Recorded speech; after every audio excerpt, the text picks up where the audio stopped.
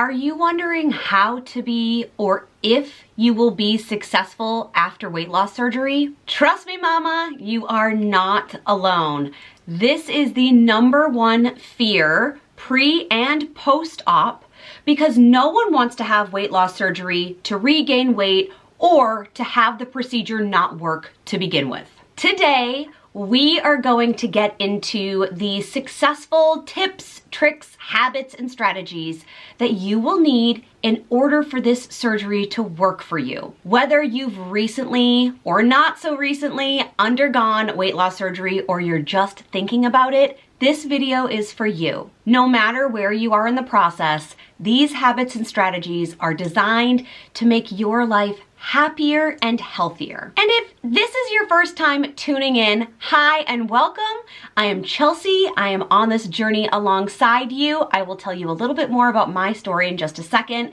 But I hope that if you're here for content that you find valuable, informative, possibly even entertaining, that you'll consider subscribing and joining our lovely, growing, super supportive BariTale community. We do weight loss surgery content here. We do Disney, we do mamahood, we do holidays.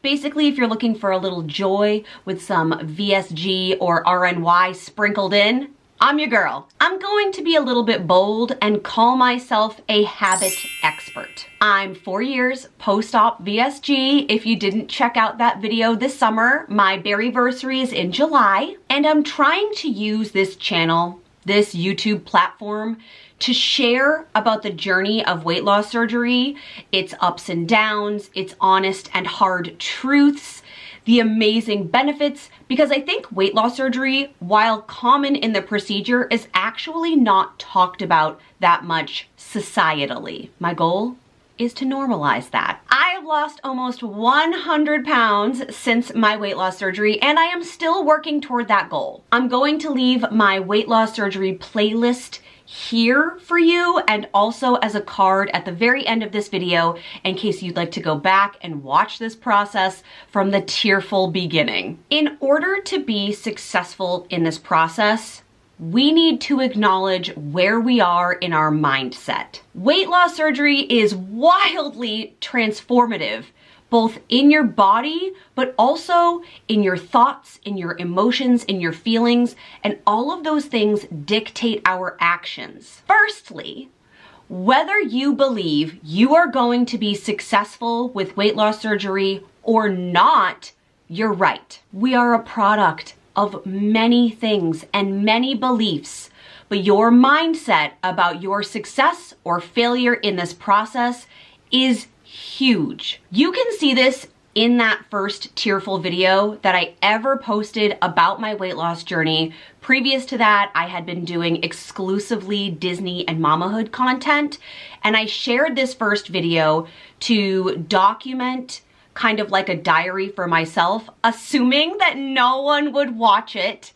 And here we are 4 years later. That video took place 24 hours before my surgery. One of the main shifts that I needed to acknowledge is that I had to change my mindset. I had to change the way that I talked to myself in my head. The way that I used to speak about myself to others and to myself, girl, I was so mean. I would never say the things that I was saying to and about myself to other people, and I would never want those things said anywhere around my daughter, who's 7, about body image. I know I've told this story before, but I named my inner voice Bianca. I needed a strategy to mentally and emotionally separate the version of me I wanted to be and this mean girl who lived inside of my brain. It was like I needed to separate my identity from my persona. I know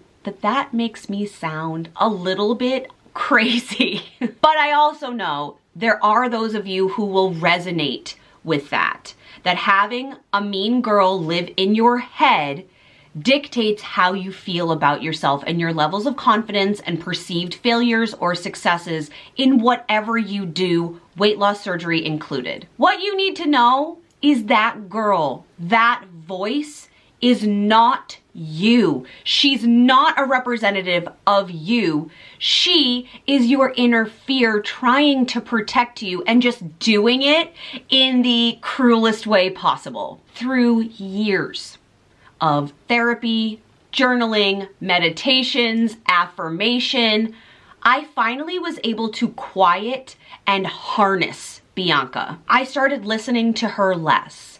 There is a neuroscientist who says that you do not have to believe every stupid thing your brain thinks. That includes your version of Bianca. Now, if she shows up, and it is so much more less frequent now, I can acknowledge her. I can thank her for trying to protect me because she knows that my biggest fear is failure or not living up to my potential. And she shows up to say, hey, Chels, I'm not sure you're capable of this. And my response to her is, thanks, B. I appreciate you checking in. I'm going to try anyway. We've embraced moving forward, trying new things, even when it's scary. I tell my daughter all the time, do it scared, because that's the definition of bravery, right? This hurdle, this voice, entirely of my own making, was the longest part of this post-op process to work through. I deeply wish that this is something that I had tackled in my pre-op stages. Post-op, you are already dealing with so much newness that tackling your inner demons shouldn't have to be something you add to your list in order to be successful.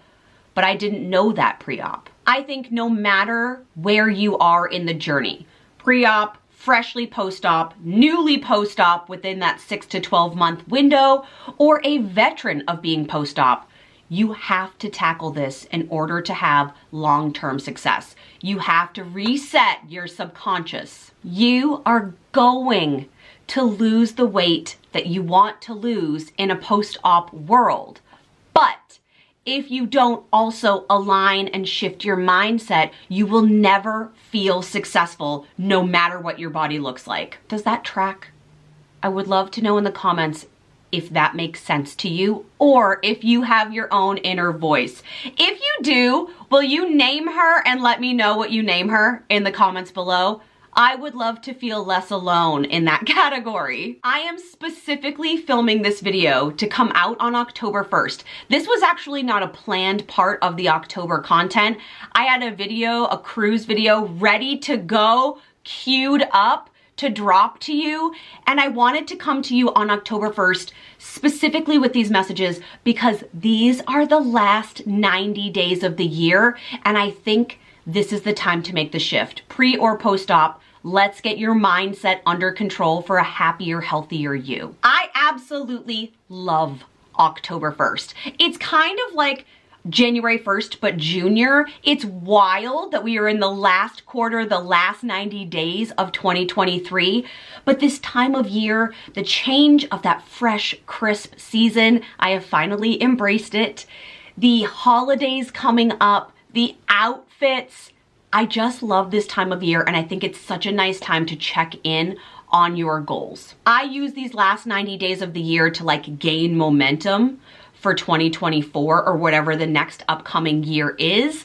I like to think that sets me up to be a little bit ahead on January 1. So if you are looking to make a change for this upcoming year, I think now is the time to start that process. And if you're looking for a little or a lot of support along the way in your weight loss surgery journey, I want you to know first that coaching is officially open for Q4. Like today. Whether you are looking at the next 12 weeks for one-on-one support that deals with curriculum, it's just me and you, we actually do begin with mindset. Or maybe you are looking for small group support that would allow you to learn from others as well as me, for support, for community, but also for a place to hold you accountable. That is also a coaching package that I offer. I will make sure that all of the packages, the next how-to steps to get in touch with me and sign up are in the description box below. I truly would absolutely love to work with you. If not me, I would recommend that you do seek support in this process somehow. Do not go it alone. You're so much more likely to be successful with others.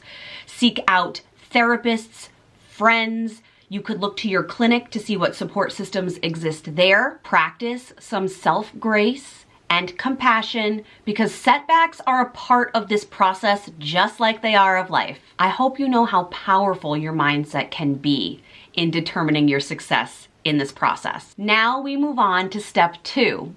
Once you have started the process of positive self-talk, gaining inner self-confidence, we can start talking about setting goals. Success begins with a vision.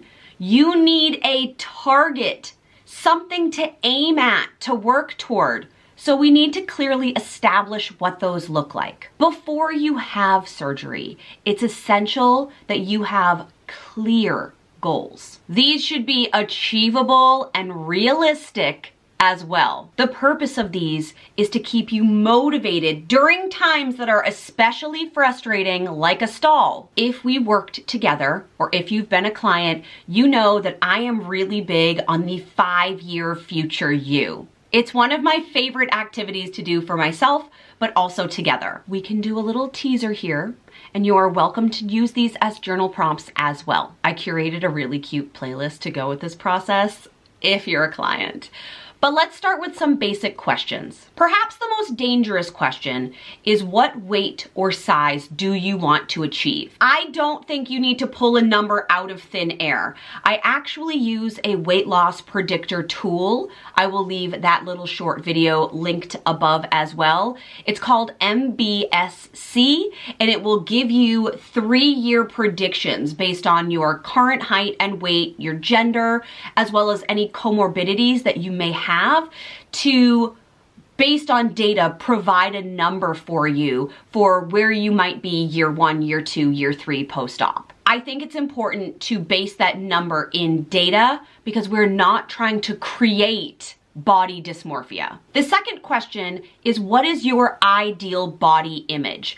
I do not mean a shape in this case. I mean, what is the image that you want to have of your body? Are you a yogi? Are you an athlete?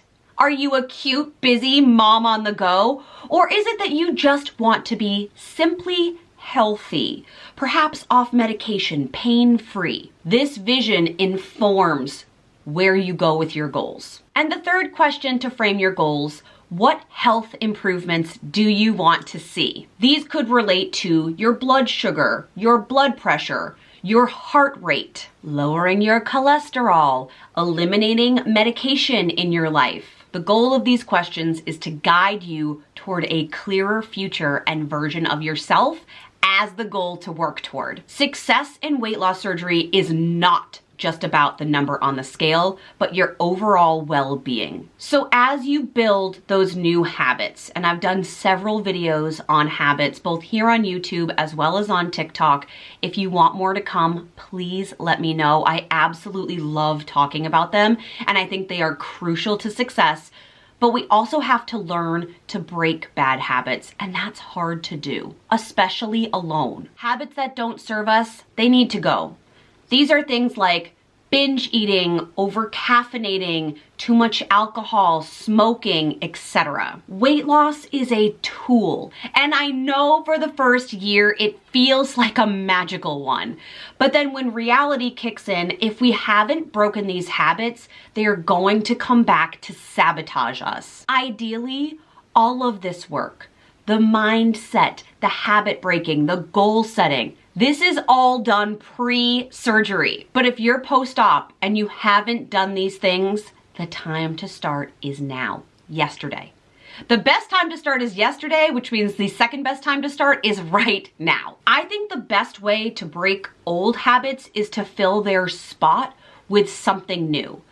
And perhaps you're filling that spot in this new future world of you with a balanced, more weight loss surgery appropriate nutritional diet. One that is sustainable and intuitive. And teaching yourself to eat intuitively is so hard if that's a foreign concept to you. That's something we talk about in the post-op support groups too. After VSG or RNY, you quite literally will not be able to overeat, to consume alcohol, to over-caffeinate, to smoke. That will all make you feel terrible and likely poop your pants. So you are going to be forced to focus on portion sizes, vitamins, supplement, hydration, protein count.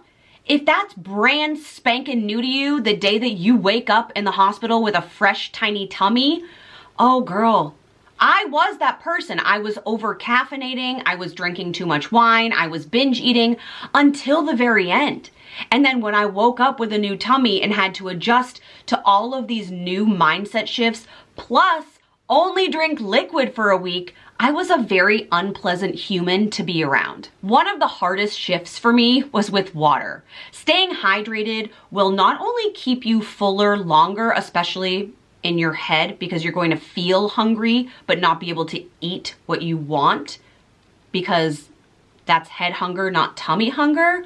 But obviously being hydrated is going to help you do a lot of your bodily functions, and it's going to make you healthier. Water not only curbs your appetite, but also supports your metabolism as well as helps your body and health be optimal. You will learn to carry the emotional support water bottle and sip, sip, sip all day. Otherwise, you are going to feel pretty terrible. I needed to set alarms for myself, and that was one thing I could kind of take off my plate of working on myself post-op, is that I used alarms on my phone to remind me when to drink. I mean it. Set alarms and then thank me. These habits are going to help you maintain weight loss in the long run, which is what we are all scared of not being able to do. And I know this next one is not one a lot of people want to hear, including 4 years ago Chelsea, but it's about consistent movement. I don't think I can convey to you how deeply I hated exercise. And I think part of that was because of my body size. I never felt comfortable walking into a gym or even working out in public. Like the idea of going for a run in my former body felt like people would judge me and be like, why is that fat girl running on the street? Doesn't she know she's fat? Yes, I did know that. I was very hyper aware of that. Thank you. I don't think a single person would have ever actually thought that or cared, but that was my perception. Also, exercise hurt. It hurt my knees. It hurt my lungs because I had zero cardio capacity. I would work out to punish myself. So my workouts were like really intense for long periods of time, and then I would be in so much pain for 3 to 4 days that I wouldn't work out again for 6 months. Like, it was not a healthy relationship that I had with moving my body. So when I started with walking post-op, I felt like this wasn't enough, that I wasn't doing enough. And that was a mindset shift too. I would recommend that you start slowly with walking and then add on as you can and as your doctor orders. We do go over like a recommended exercise chart in our post-op support group and in our one-to-one coaching, but you don't need to be punishing yourself. Your body is a celebration. It is keeping you alive every day. And instead of punishing it, shouldn't we celebrate what it can do? I don't know how to be more emphatic about this, but you have to choose activities that you like. 4 years ago, I would have told you I liked 0 physical activities. None. They all hurt. They all made me dread the actual activity. Like if I had booked a yoga class or something in the afternoon, the whole day I would have anxiety about going. Am I alone? But I am telling you, if you find something that feels good to you, you will make it a more consistent, sustainable practice, and that's going to help with your overall goals. Right now, I love yoga. I'm actually going on a yoga retreat soon. More to come, stay tuned. I really like walking, particularly with ankle weights. And I'm into whole body strength right now. I'm still limited with my knee. I have an update for you coming soon.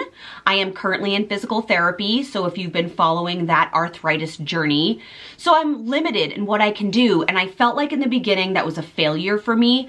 Just like I felt like walking wasn't enough, that's Bianca. She came back to tell me, you lost all this weight and still have arthritis. You've failed. And now that it's been some time, I see that while my knee is not in an optimal condition, she's not happy with me a lot of the times. There's still so much that I can do for my health goals, and maybe some of these new things aren't as scary as I thought they would be. We're doing them scared anyway. I'm going to leave some of my favorite free YouTube channels that I work out to. I've been using Apple Fitness Plus on my phone. I bought it as a subscription. I really like it. There are some trainers that I'm just drawn to, but I also love Blogilates for Pilates classes and some strength exercises, as well as Grow with Jo. She does a ton of low impact workouts that are still very effective. And lastly, I want to end with you needing to celebrate every milestone, every victory. Absolutely every day, something is happening in this journey, whether it's in your mindset, in your heart, in your body, that you can celebrate. No matter if you are pre or post-op. If you're pre-op, you still have so much time to get ready for this surgery, getting your mindset right, getting your habits on track, getting your goals ready. Absolutely every step that you take toward that future version of you is worth celebrating. And I know some of you are going to say, ooh, celebrating, I'm gonna reward myself with food. Sister, those days are over, because that's not a healthy way to reward yourself. Perhaps that's a habit that needs to go on the breaking list. I'm talking about rewarding yourself with, okay, I'm gonna give you examples that I love. So I reward myself with consumable goods. Your girl's a consumer. I do love a bubble bath with giving myself the permission to scroll TikTok for 45 minutes looking at personal attention ASMR. That's my favorite. I know some of you just cringed hearing me say that. I love a new book from the library or a rented audiobook. Oh, feels delightful. But I also love booking myself a new spa treatment, treating myself to a Target afternoon, going to TJ Maxx, or scrolling my favorite bougiest apps for future purchases. You have to find what your reward will be. I'm not suggesting you need to purchase something for yourself every single day, but is there something that you can do that feels like a relaxation treat or a self-care moment? Could it be a face mask that you do at home? Could it be a show that you really love and haven't had the opportunity to sit down and watch? Could it be going to bed earlier or getting up to see the sunrise, taking an outdoor walk, creating a new playlist? Something to reward yourself for the progress that you're making. So that's really the tip of the iceberg of strategies that I have when it comes to resetting your mindset to be successful for your future self with weight loss surgery. We are truly defining success here as the journey and absolutely not the destination. By setting clear goals, establishing healthy habits, and taking care of your mental and physical self, you are on your way to success with your 5-year you, the best version of you possible. I hope that you found this more tactical, strategy-driven video helpful.